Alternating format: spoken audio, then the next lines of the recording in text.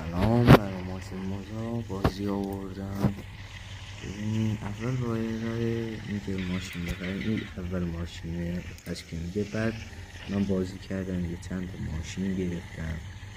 بعد بازیه برای اینکه لولتون رو توی بازی بتونیم ببریم بالا، باید اینترنت گوشیتون رو باز کنید تا هم بتونید لولتون رو ببریم بالا. الان من لول 2 هستم.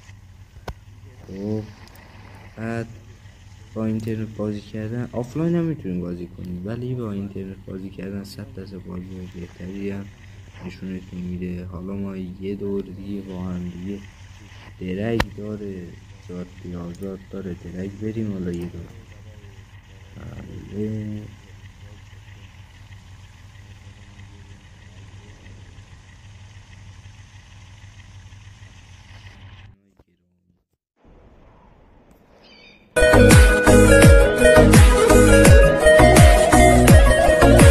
Geceler düştün yadıma, yine yandım senin oduna.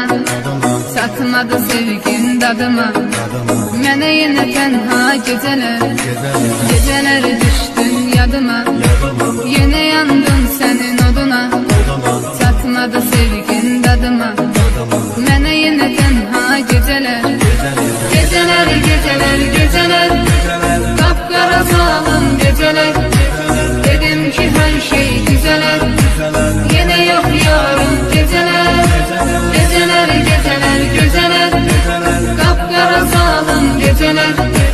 Dedim ki her şey güzeler.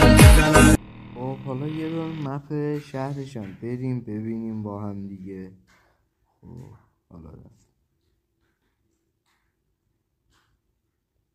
بعد توی مپ شهر باید اول یه جعبه هایی هست، اون جعبه ها رو بشکنید تا هم بهتون پول میده، هم سکه میده، هم وسایلی که میتونیم باهاش لولتون رو ببریم. حالا گوشی من یکم باگ داره، صورت اینو میبرم حالا آهنگم میذارم. خب دیگه حالا ببینم اینو از کجا میشه رفت. خب